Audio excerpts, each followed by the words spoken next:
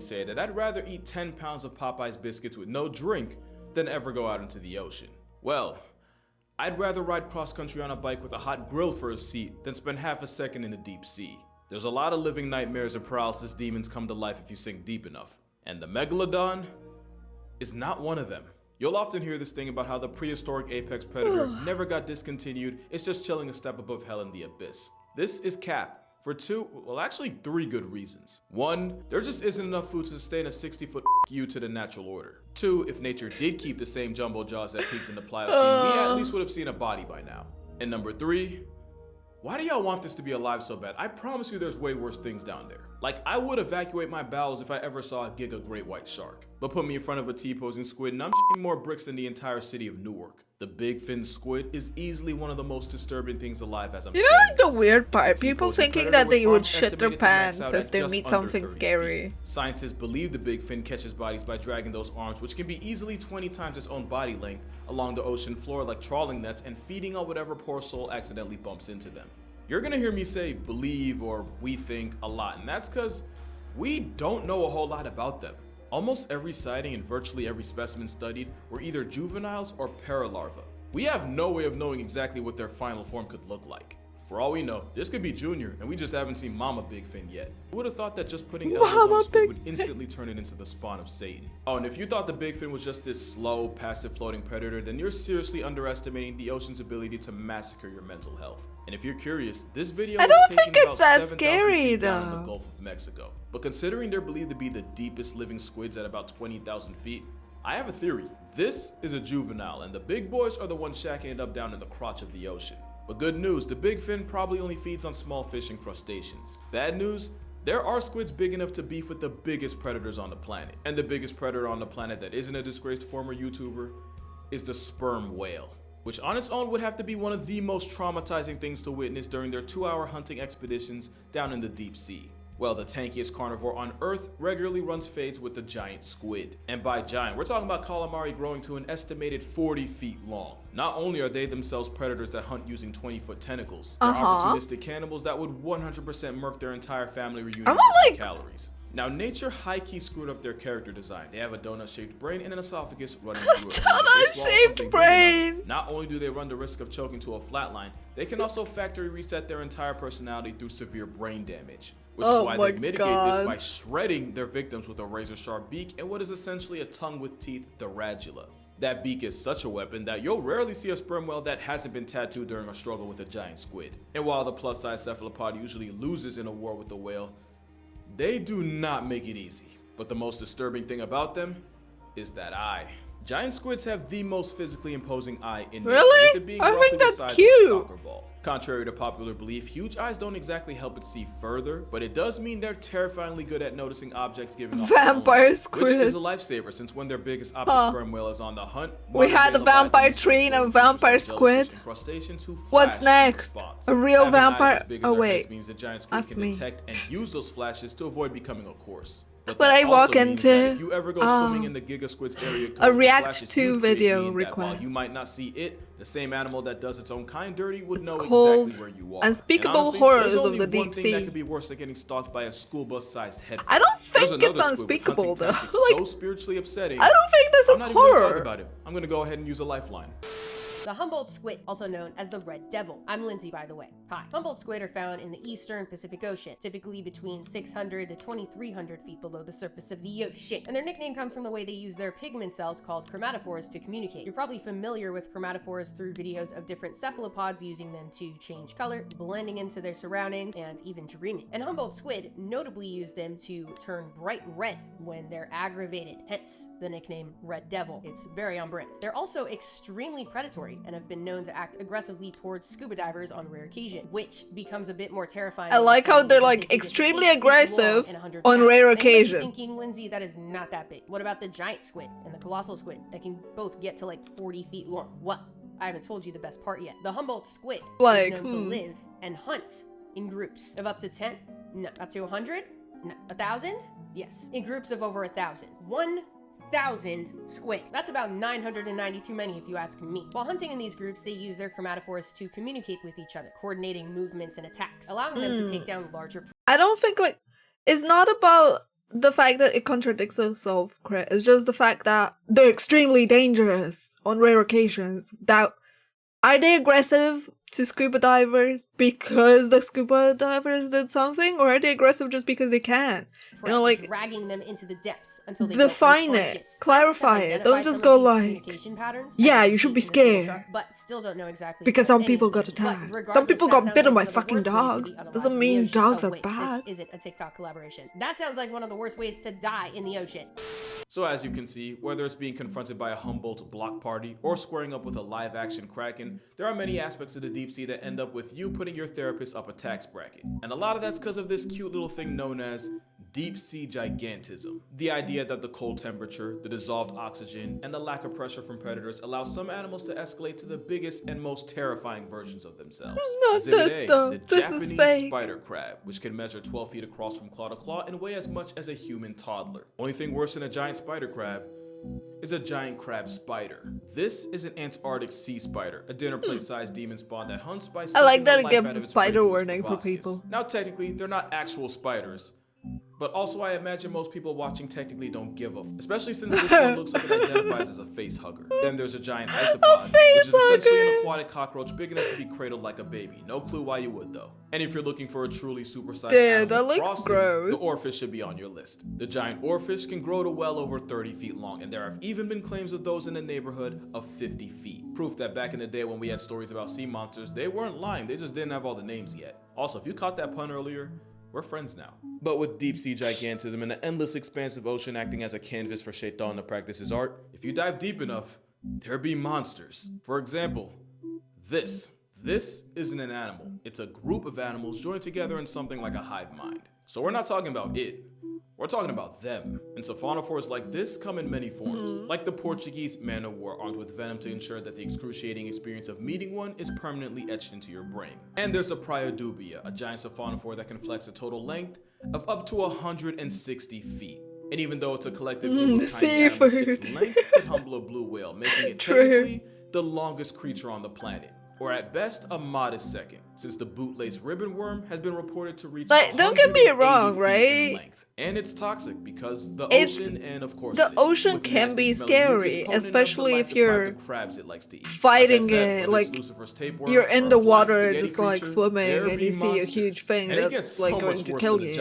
But because as terrifying as a deep sea is, that's as terrifying as anything, kind of like being 1v1 with you. Than the hagfish. This loogie linguini feeds on the rotting corpses and carcasses that sink down into its domain. Yeah, but we're so defenseless in any such scenario. Feeds by sliding into an opening and eating the decomposing body from the inside out. And you would think that something that eats like a casket wouldn't have to worry about getting put on a plate itself. Like, put yourself 1v1 with a tiger. As self-defense, the hagfish will sweat buckets What's your of slime, defense? a phlegm jacket that's thick enough to clog the gills of anything hungry enough to F around and unlucky enough to find out. To the point where this is the end game of a truck transporting hagfish on the highway, crashing. You've definitely don't have mobility and Have you ever stopped and asked endurance. yourself what they were doing there in the first Come place? on. You remember how I Most said people nothing can't that even eats like a jog hagfish for should 1 ever have to minute. worry about getting eaten? Well, simple. For these hagfish, their final destination were dinner plates in Asian countries such as South Korea. You where can they consider swim a as fast delicacy. as Now, I'm not one running, to judge too. other cultures, but we seem to have a habit of constantly trying to eat all the things nature went out of its way to tell us not to. But one thing you won't see as a main course is something ironically named after a fruit. The sea cucumber is like the hagfish in that its meal prep consists of all the things we normally flush, burn, or bury. All the soul evacuated bodies that sink down to the ocean floor instantly get put on the cucumber's grocery list. It's a literal bottom feeder, and I mean that since they'll also make a meal out of feces. But like with vultures, if Thanos had beef with sea cucumbers, the world would become an infinitely more disgusting place. That's not the only way sea cucumbers contribute to Good job, society. sea cucumbers. They're also often used as a protective bunker for fish, and well, let's just say they break in through the back door. Oh yeah, it's a violation of the highest natural order. It gets worse when a pearlfish decides to have a playdate right next to its prostate. I don't even know if they have a prostate, but you get what I mean. If that makes you uncomfortable, here's an ad to give you time to mentally prepare for what's next. This adorable little guy is known as a basket star. It's a type of brittle star and an echinoderm, which actually makes it a close cousin of the sea cucumber. If you ever learned about fractals in geometry, then that's why the repeating pattern of branching arms might look familiar. It's also why the US is really wasting $20 billion a year looking into space, because the real ET is happening right here. Because of the unsightly way basket stars get from A to B, they've also earned the nickname sea snakes. I feel itchy all of a sudden. However, even though it looks like something Lucifer would use to pleasure himself, Sea they steaks. eat mostly zooplankton and are pretty much harmless for the most part. And honestly, that pretty much describes 80% of the But they're nonsense kinda in the deep cute. sea, only really harmful to your peace of mind. Like take the frilled shark. Having been around for 80-something million years, not only is the frilled shark a living fossil, it's likely nature's rough draft beta version of sharks today. Also, don't let this video fool you. They can grow to a respectable 6 feet long. God damn, they Also, look they can be ugly. pregnant for 3.5 years, which honestly makes about as much sense as everything else down there. And in terms of your mental health, the frilled shark is pretty Goddamn. harmless. Until you look them in the mouth. The devil's fleshlight has hundreds of needle-like teeth to ensure that anything that gets caught in there doesn't get a second chance to pursue happiness. And for a shark that's been around long enough to have attended Saturn's wedding, I mean, it makes sense. I don't know why, but I don't every feel like picture of them this is looks like they're terrifying, struggling with though. their own existence. Like I said though, they're not a threat to humans. But like I also said, therapy ain't cheap, so if you don't want to end up on a couch, don't look a frilled shark in the mouth. But yeah, you'd be surprised at just how many types of sharks you'll find in the same neighborhood SpongeBob got stranded in that one time. You have 20-foot sleeper sharks that are somehow able to use stealth to just spawn and inhale sustenance like a water Kirby. Speaking of sleepers, in 2015, a Pacific sleeper was recorded in the Solomon's Island. Why is that important? Well, its home address Nom, was nom, right nom, under nom, an nom. active volcano, proving that if any animal had plot armor, it'd be With sharks. little salt Then you and have the lemon, it can ghost turn shark, a which- nice okay, yeah, barbecue. you got I'm me. like, It's an most actual fish shark. don't It's a really close look cousin known as a amazing, so I'm chimera. like, The ghost part though, that's on brand. They kind of remind me of the dry bones fish from Mario. The ghost otter shark doesn't even have the teeth you'd expect. Fish it is to have, fish, but instead right? they have plates that they use to grind up food. But since just put it on a nice bed of veggies with salt and and grill them, and they become delish. But by far the weirdest thing about them, chimeras have a tenaculum on their forehead. A tenaculum is a reproductive organ, meaning this fish has a on his forehead. Venom and that aside, its this fish fresh out of forehead? Tim Burton's Wet Dream is actually pretty cool looking. And I'm just gonna say it, I think they're cute, and I'm perfectly fine with standing on that hill alone. However, I don't think you'll find a they're single pretty soul cute. on this next shark's hill. Feast your eyes on the goblin shark, a demon dog-looking fish with a mouth that snaps like nobody's business. Yo, it does They're look like a seen but are known to goblin. Live in oceans all around the world, at depths of up to 4,200 feet below the surface of the ocean, and are estimated to get to 18 feet long, which is really big for a deep-sea shark. You might have seen videos online of their jaws just fully ejecting from their brain case in a process called slingshot feeding. Huh? It's kind of what they're known for. Their upper and Huh? lower jaws lunge forward away from the skull, engulfing their prey. I know it probably seems ridiculous and almost alien, but it's actually not uncommon. Most fishes have jaws that aren't entirely attached. One might argue that the goblin shark is the most extreme example of this look, until you see a video of the sling jaw wrasse, who use suction feeding to snatch up their prey. They look like they have a trombone stuck in their mouth. Goblin sharks have a Yo, particularly vacuum long snout, fish. and it's not for nothing. They have sensory structures, pores all over it that help them locate their prey, like squid, fish, and crustaceans. And I am personally grateful I am not a squid, fish, or crustacean. Yeah, goblin's the right word for the only shark in the world with a receding gum line. But you gotta admit, yeeting your own jaw to catch calories is pretty metal, and you're gonna find that a lot of the creatures Metal! have evolved some of the most creative I don't ways know of if I venom can growth. call this Probably the most metal. popular is the fish that nearly turned Nemo into an orphan. The anglerfish has two defining personality But, traits, and one of them is that fishing lure hanging right in front of those life-canceling jaws. That light actually comes from bioluminescent bacteria shacking up inside a modified fin.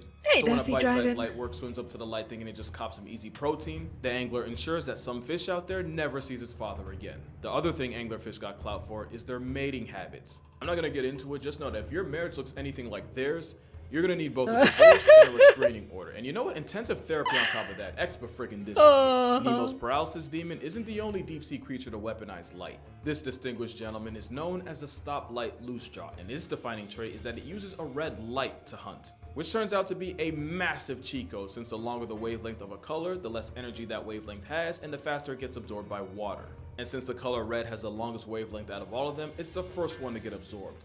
This is why red light can't reach the deep sea, and the animals living in the abyss that are red actually appear black, which makes it easier for them to hide from predatory smoke. God But with a stoplight damn. using red as a searchlight, it's pretty much cracked at this version of hide and seek. Not to mention, since most of the life down there can't even see red, it's able to catch bodies while also not giving up its location to predators or the prey it packs up. This fish really evolved a whole wall hack and a Evil. real-life invisibility cloak. Tell me that ain't crazy. And that freakish overbite ensures that once prey is found, it's lost forever. But why hunt prey when you could just sit and wait for it to come to you?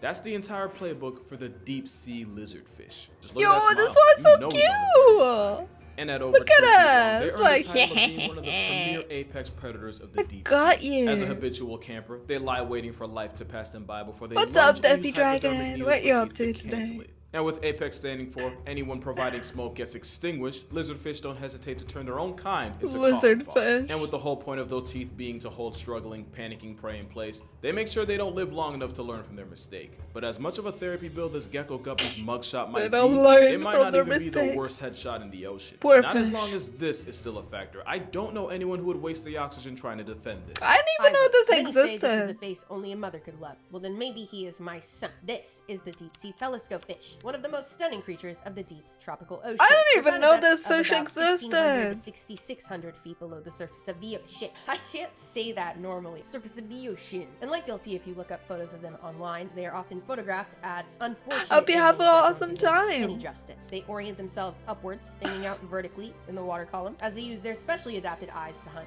for the silhouettes. And that's a of their good prey. day, you There know? are two species of Chill, telescope easy, fish, no Gigantura stress. indica and Gigantura chuni. Don't And be no fooled by weird their fish like vision, which these. Makes them sound like they're gigantic. That is not the case at all. Indica only gets to about 8 inches long, and chuni a measly 6. They are just Take little care, guys. Xelian. Gigantura actually translates to big tail, specifically. They are about half tail. But if they happen to latch onto a snack that's a bit bigger than their own size, that's no problem at all. They underwent a series of skeletal reductions that allow for more room to just fold it in half. That's right. They are expert folders. In 1925, scientists found a 5.5-inch long viper fish inside the stomach of a 3-inch long telescope fish. They described it as neatly folded, an incredible quality possessed by the lovely telescope fish. Yeah, I'm sure if we gave it Blistex and a hairline restoration surgery, he'd be cute, but that's just me. That being said, there's a lot of pretty dope things just chilling in the so deep.